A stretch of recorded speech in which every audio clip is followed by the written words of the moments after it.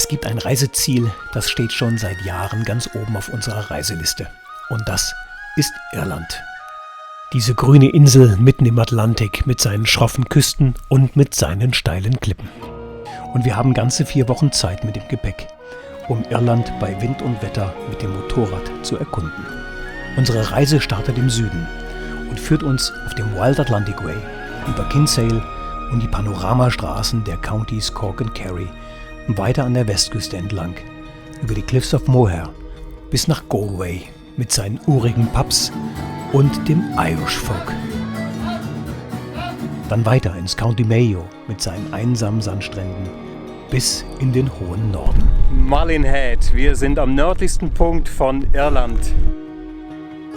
Wir fahren weiter über die grüne Grenze nach Nordirland, dem schönsten Geheimtipp der Welt, wie die Nordiren sagen, und besuchen Drehorte berühmter Filme und Serien. In Derry bzw. in Londonderry versuchen wir den Nordirland-Konflikt ein bisschen zu begreifen. Und in Belfast, da sind wir auf den Spuren der Titanic. Und in Dublin schließlich lernen wir Lorcan auf seiner Afrika-Twin und die irische Gastfreundschaft kennen. Und eine gute Stunde von Dublin entfernt, da krönen wir den Abschluss unserer Reise mit einer Tour durch die Hochmoore der einsamen Wicklow Mountains.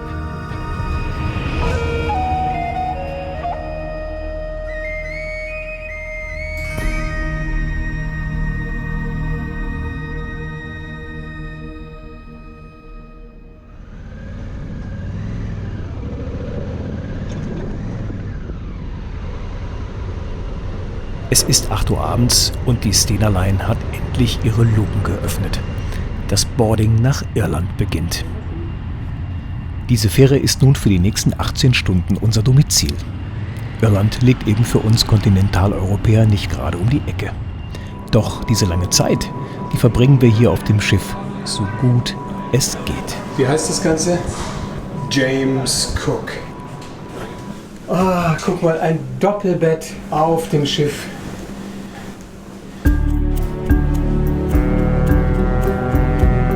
Uhr nachmittags.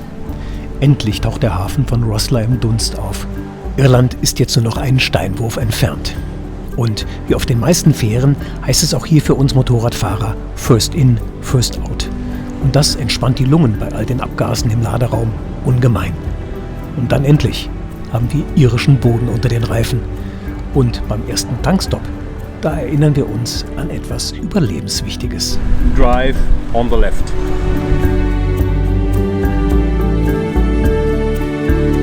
Das ist ein richtig schöner irischer Landregen. Das ist gacke scheiße Regen einfach. Nein, also es ist richtig schöner Landregen. Das ist jetzt die Wassertaufe für meine Jacke. In diesem Film schon so früh über das Wetter zu reden, das hat nichts mit Verlegenheit zu tun. Vor allem dann, wenn man in Irland mit dem Motorrad unterwegs ist. Denn auf dieser Insel ist das Wetter das ganze Jahr über so wechselhaft wie bei uns ein komplett verrückter April. Und so lautet die Wettervorhersage meistens auch Regenschauer, Nieselregen und zwischendurch sonnige Abschnitte. Und die Luft, die ist dabei so gut wie bester Champagner. Jetzt sind wir endlich in Irland. Nach 18 Stunden Überfahrt sind wir in Rosslare an Land gegangen und hier einen kleinen Abstecher zum Leuchtturm gemacht, um ein bisschen anzukommen und die irische Luft zu schnuppern. Und das mit der Sonne, das funktioniert in Irland auch ganz gut. Denn der sonnige Abschnitt begleitet uns schon seit einer Stunde, als wir auf dem Weg zu unserer ersten Unterkunft in Irland bei Ballyheigue die Fähre über den Suir nehmen. Thank you very much. Bye. Welcome to Faith Lake Hotel. Meine Güte. Was hast du da gebucht und gefunden? Der Hammer. Welcome.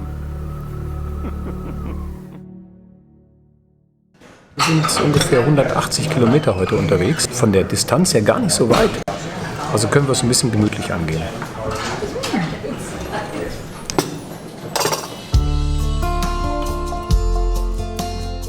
Und diese gemütliche Etappe, die bringt uns nochmal über den Suir und führt uns dann an der Südküste entlang, über Cork und Kinsale bis zur Bantry Bay.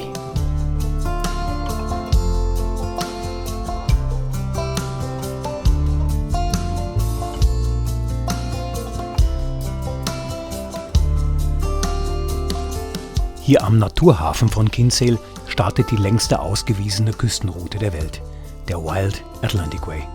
Und er bahnt sich seinen Weg an der Westküste entlang, ganze 2500 Kilometer hoch in den Norden, bis zur windgepeitschten Nordspitze Irlands.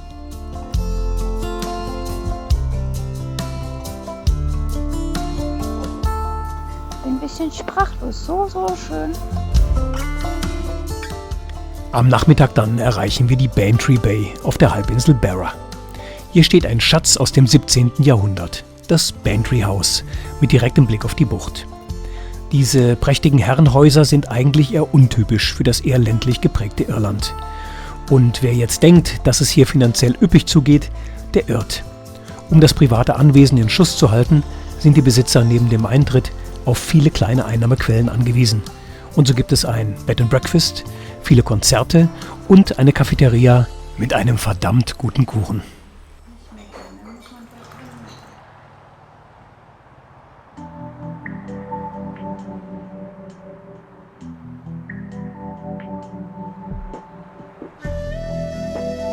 Wir biegen auf den Ring of Barra ein, eine 140 Kilometer lange Panoramastraße hier im Südwesten.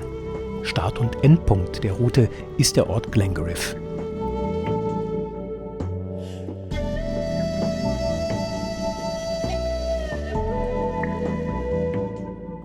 Wir fahren? Nein. Eigentlich gleiten wir an der schroffen Küste mit ihrem marineblauen Meer entlang, wie durch ein lebendiges Hochglanz-Fotobuch. Und diese Halbinsel Barra, die macht wirklich süchtig. Wir wollen immer weiter blättern. Und die richtig gute Nachricht für uns Motorradfahrer ist, dass die Straßen hier auf Barra garantiert reisebusfrei sind, denn sie sind einfach zu schmal und zu kurvig. Und dann führt uns der 12 Kilometer lange Healy-Pass bis auf 300 Meter hoch. Er ist der Gotthard von Irland, wie ihn einige Iren augenzwinkernd nennen.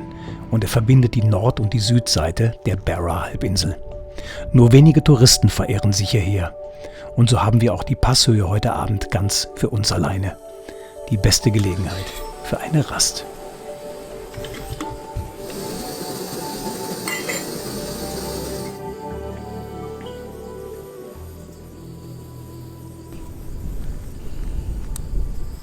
Brauchen wir ein Messer, ja, ne? Und wir haben jetzt 20 Uhr abends, die Sonne geht gerade runter und wir machen hier unsere Brotzeit. Ich glaube, ein schöneres Plätzchen ist wirklich sehr schwer zu finden.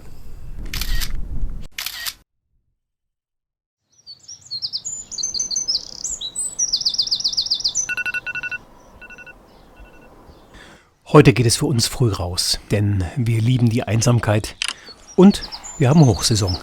Das sind zwei Dinge, die hier im Südwesten von Irland nicht gut zusammenpassen. Vor allem dann, wenn man wie wir den Ring of Kerry fahren möchte. So, jetzt kommt die Sonne so langsam durch. So schön. Oh. Wir sind im County Kerry im Südwesten von Irland und hier ragen drei Finger in den Atlantik. Die drei Halbinseln Barra, die wir gestern besucht haben, Iveragh mit dem Ring of Kerry und die Halbinsel Dingle mit ihren kilometerlangen Sandstränden. Und der Ring of Kerry, das sind 180 Kilometer, heute von Killarney nach Tralee, an einer Küste entlang, die irischer nicht sein könnte.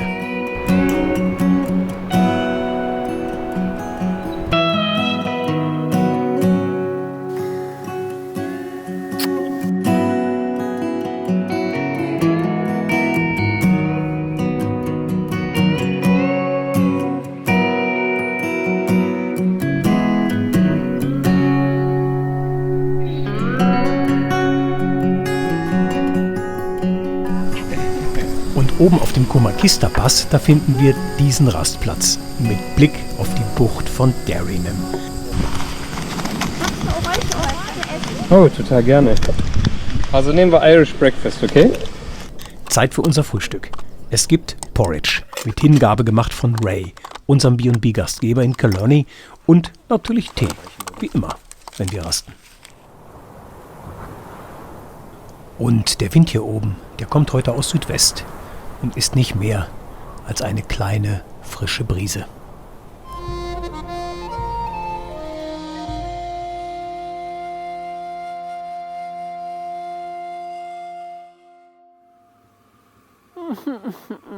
Tja, wie das Reiseleben so spielt. Auf dem Weg zurück, da landen wir in diesem kleinen Stau. Und ohne diesen unfreiwilligen Stopp, da hätten wir bestimmt nicht in die Karte geschaut und eine kleine Straße übersehen, die von der N72 abzweigt und sich durch ein enges Tal der Bergkette McGillicuddy schlängelt. Das Gap of Dunloe.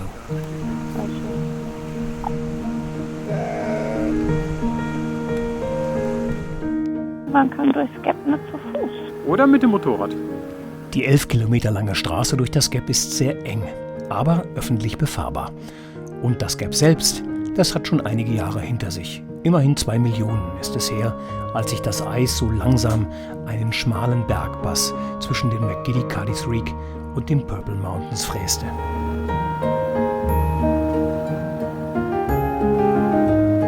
Und im Sommer ist der schmale Weg mit ortsansässigen Gap Ponymen und ihren Jaunting Cars bestückt. Diese zweirädrigen Einspänner, die gibt es hier seit 1861. Denn ein Besuch von Königin Victoria machte damals das Gap über Nacht zur Touristenattraktion. Und das hallt bis heute nach.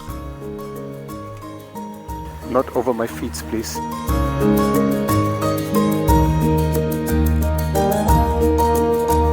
Und überall, wo es ein wenig mystisch wie hier ist, gibt es auch was Wundersames. Und hier ist es die Steinbrücke, die jedem einen Wunsch gewährt, der sie überquert. Was wir uns gewünscht haben, das behalten wir einfach für uns.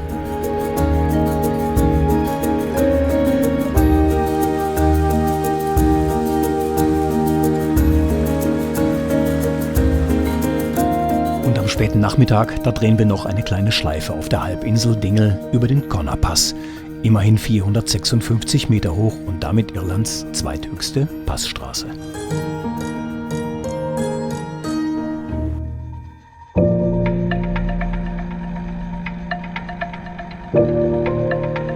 Bei Tarbert, da kreuzen wir mit der Fähre den breiten Mündungsarm des Shannon, der hier nach 370 Kilometern quer durch Irland in den gezeitengeprägten Atlantik fließt. Nur 20 Minuten dauert es insgesamt und wir sind im County Clare.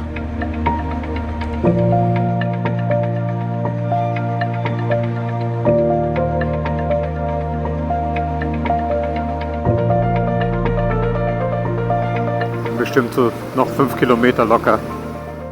Und hier in der Grafschaft Clare, auf dem Weg zu einer der berühmtesten Klippen Irlands, den Cliffs of Moher, da lernen wir auf einmal mitten auf dem Motorrad die irische Gastfreundschaft kennen. Lorcan, ein Irer aus Dublin, mit dem ich seit ein paar Jahren locker bei Facebook in Kontakt bin, der hatte über dieses Posting von mir mitbekommen, dass wir auf der Insel sind. Und dann schickt er uns diese Nachricht und fragt, was unsere Pläne sind und wo die Reise so hingehen soll. Beim nächsten Stopp dann, da antworten wir ihm und erklären, was wir so vorhaben, wann wir wahrscheinlich in Dublin sein werden. Und ja, dann haben wir uns ein paar Mal hin und her geschrieben und am Ende, da hatten wir eine Einladung nach Dublin. Tja, irische Gastfreundschaft. Und das erleben wir hier mitten im County Clare auf dem Motorrad. Aber zurück zu den Klippen. Sage und schreibe 1,5 Millionen Menschen werden von dieser Steilküste jährlich angelockt. Und wenn man zur besten Tageszeit ankommt, so wie wir, da braucht man schon mal ein bisschen Geduld. Ob ich jetzt da gleich noch einen Platz kriege, damit ich mal schauen kann? Aber ihr wisst ja, solche Touristen-Hotspots am besten früh oder spät besuchen. Dann bekommt man noch einen Picknicktisch. Unser Rastplatz, der wartet ein paar Kilometer weiter auf uns. Ganz alleine.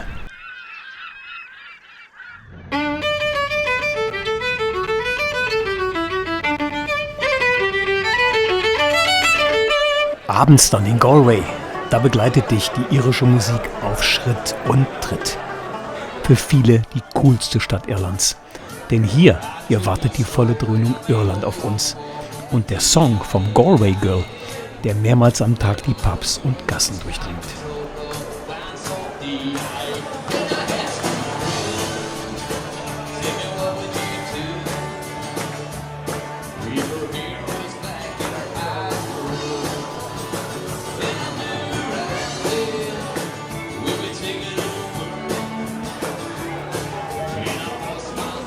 Und abends, als wir uns dann in das irische Publeben stürzen, da treffen wir sogar das Galway Girl. Also, ich meine, das echte mit der Fiddle.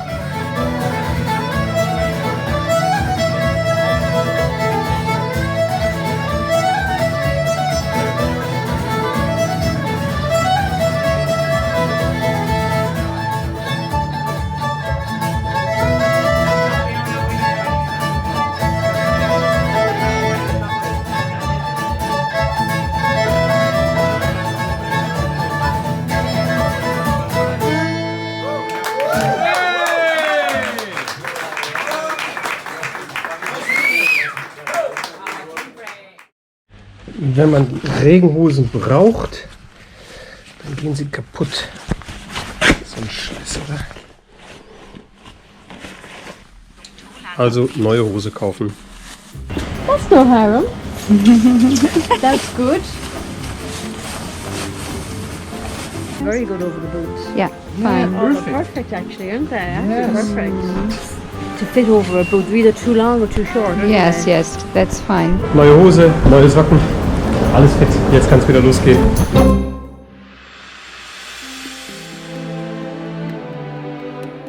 Das Regenband, das kommt heute vom Norden her und begleitet uns bis in die Hochebenen des Connemara Nationalparks. Unsere Etappe führt uns durch die endlosen Torfmoore von Connemara bis ins County Mayo nach Westport.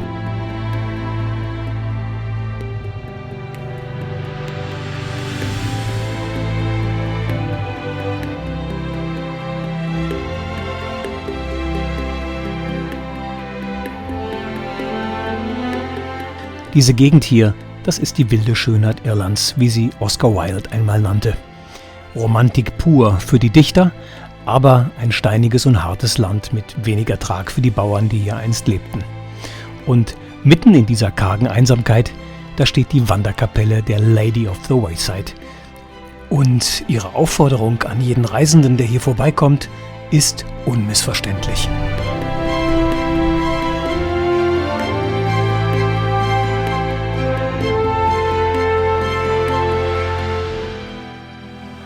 Und dann stehen wir am Ufer des Loch Polacapole und schauen auf die Kylemore Abbey, das wohl am meisten fotografierte Motiv hier in Connemara. Und wir wären nicht in Irland, wenn es zu diesem Ort nicht auch eine Legende geben würde. Es ist die vom weißen Pferd, das alle 7 Jahre aus dem See steigt und am Ufer grast.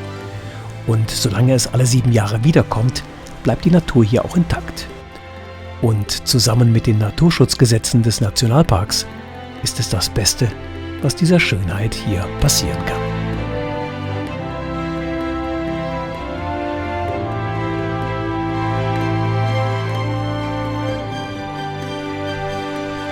Am Nachmittag dann, als das Regenband so langsam abgezogen ist, da gibt es für uns nichts Schöneres, als an diesem Strand zu entspannen.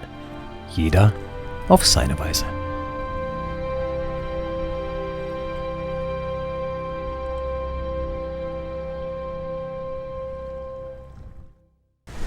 So, jetzt sind wir langsam fertig und startklar für den mittlerweile 12. Fahrtag. Wir sind jetzt hier im County Mayo, ungefähr 1,3 Kilometer außerhalb von Westport.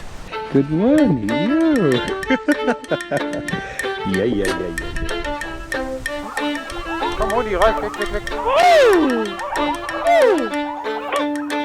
Jetzt.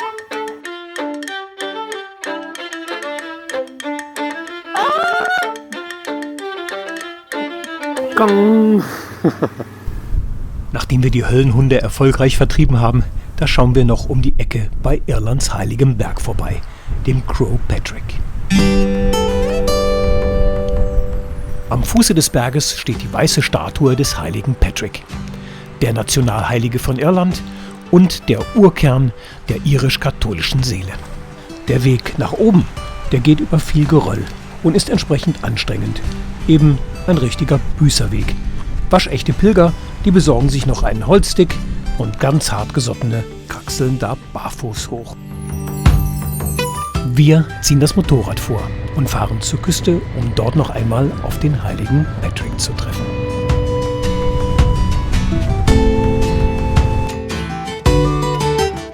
Wir haben es geschafft, Downpatrick Head, der nördlichste Punkt hier im County Mayo. Hier oben treffen wir auf einen windgepeitschten Atlantik. Ein eindeutiges Zeichen, dass wir im Norden angekommen sind. Und in der Nähe der Klippen, da liegen die Grundmauern einer Kirche, gegründet Mitte des 5. Jahrhunderts vom heiligen Patrick selbst. Zu der Zeit hatte er ziemlich viel zu tun, denn die keltischen Stammesfürsten mussten ja alle missioniert werden. Einer von ihnen wollte sich partout nicht bekehren lassen. Der Heilige wurde daraufhin stinksauer, schlug voller Zorn seinen Stab hier in den Boden und dieses Felsenriff spaltete sich daraufhin ab. Natürlich mit dem störrischen Stammesfürsten obenauf. Und so heißt auch dieser Felssplitter Dunbrist, die Felsenfestung.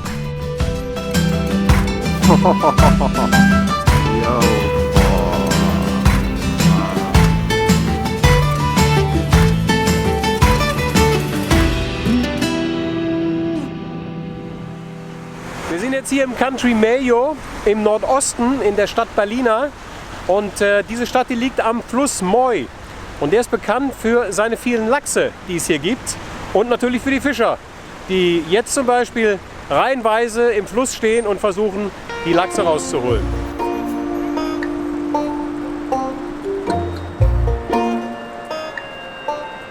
So filmreif diese Szenen auch für mich sind, meine Frau hält Abstand. Denn wenn es etwas gibt, was sie überhaupt nicht mag, dann ist das Fisch. Und dann kam dieser freundliche Fischer auf uns zu und wollte uns eine Freude machen und schwupps landet dieser Lachs mitten in Helgas Händen. Für sie war das wie an einem Marterpfahl stehen. Und das alles für ein Erinnerungsfoto. Tapfere Helga.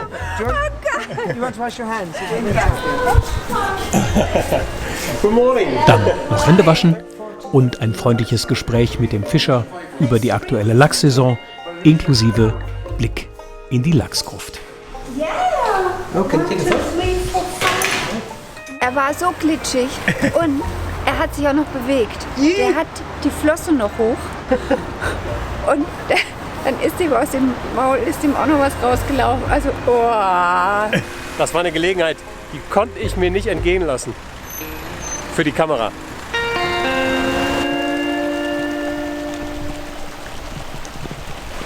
Der Regen hat uns heute den ganzen Tag im Griff, aber wir werden uns davon wirklich nicht die Laune verderben lassen.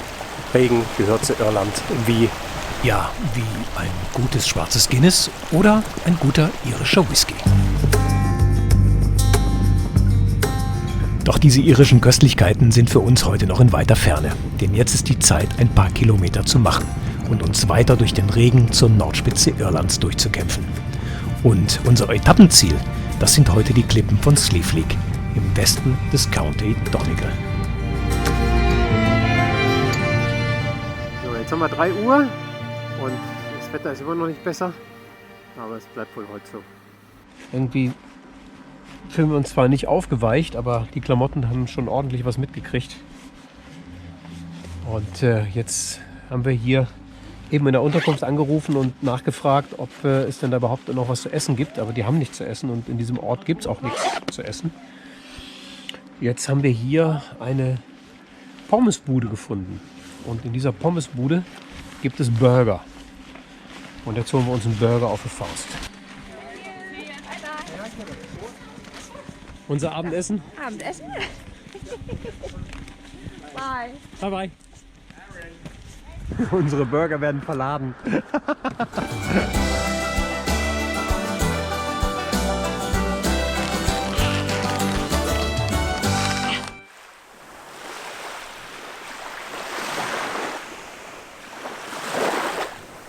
Das County Donegal. Abgelegen ist es hier im Nordwesten von Irland und noch eine Spur ursprünglicher, als wir es im Rest der Insel bisher erlebt haben.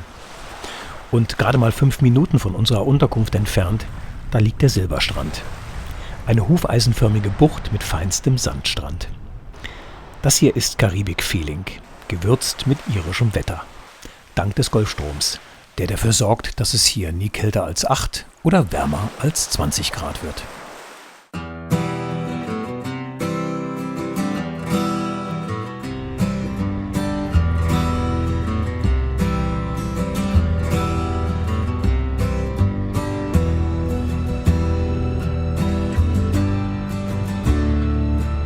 Wir fahren ein paar Kilometer zurück an die Südküste und dann ist erstmal Schluss mit der Straße. Ich glaube, den KTMler haben wir auch schon irgendwo gesehen. Einmal absteigen bitte. Vom Wendehammer aus sind es nur ein paar Schritte und wir stehen an den steilsten Klippen Westeuropas, die hier 600 Meter steil in die Donegal Bay abfallen. Wir sind bei den Slieve League angekommen. Und der Westwind, der sorgt hier unablässig für feuchte Luftmassen, die gegen dieses Felsmassiv drücken und die Luft dazu zwingt, aufzusteigen. Fast jeden Tag also fasst die Natur diese Felsen in einen Wolkenrahmen.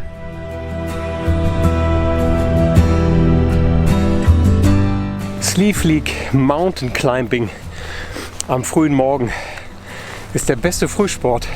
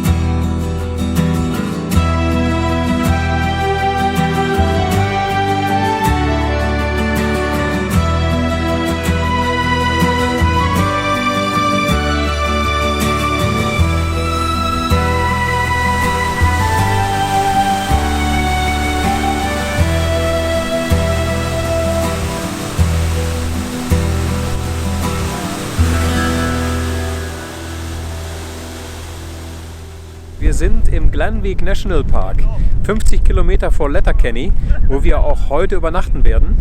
Jetzt ist aber erstmal Tee angesagt. Hier oben sind 16 Grad und eine wirklich steife Brise. Nur ein paar Kilometer weiter, im kleinen Ort Minalek, da finden wir eine Taverne, die nicht nur heißen Tee zu bieten hat, sondern auch ein gehöriges Stück irische Musikgeschichte.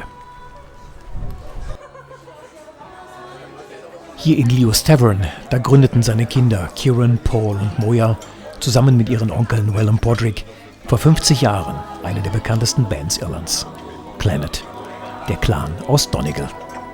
Enya, die kleine Schwester von Moya, die war von 79 bis 82 auch Teil der Band, startete danach aber eine erfolgreiche Solokarriere, die bis heute anhält. Und das Erfolgsrezept dieser musikalischen Familie ist einfach nur genial und versteckt sich in alten gälischen Songs. Diese alten Weisen wurden mit einem Folk- und Pop-Sound arrangiert, dann noch in die typischen gälischen Harmoniegesänge gekleidet und fertig war der unverwechselbare Sound dieser Band. Und einer meiner Lieblingssongs, den hat Moya zusammen mit Bono von U2 gesungen. In a Lifetime.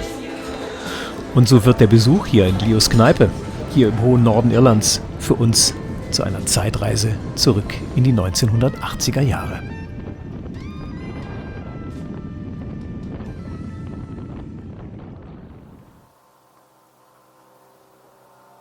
Noch ein kurzer Tankstopp mit einer kleinen Stärkung für unterwegs und wir starten die letzten Kilometer auf dem Wild Atlantic Way.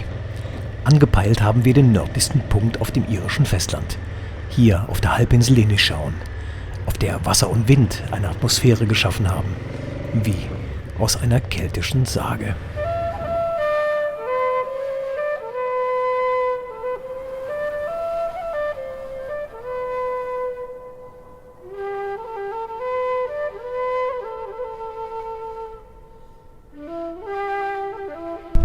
Malin Head, wir sind am nördlichsten Punkt von Irland.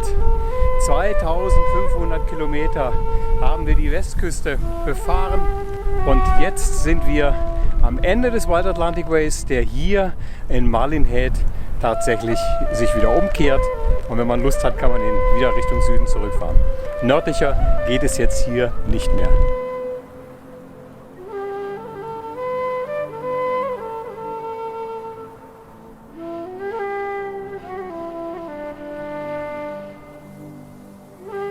Jetzt geht's hier noch ein Stück nach links und dann war es das mit dem Wild Atlantic Bay. Dann geht's auf der anderen Seite wieder runter.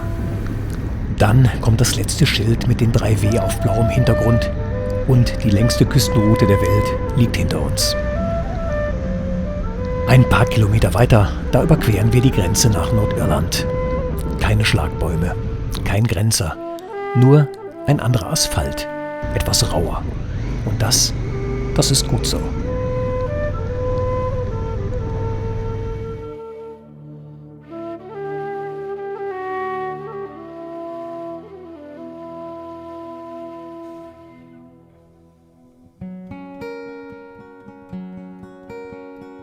Walking all the day, near tall towers where falcons build their nest. Silver winged they fly, they know the call of freedom in their breast. Saw black head against the sky, where twisted rocks they run down to the sea. Living on your western shore, saw summer sunsets, asked for more. I stood by your Atlantic sea, and I sat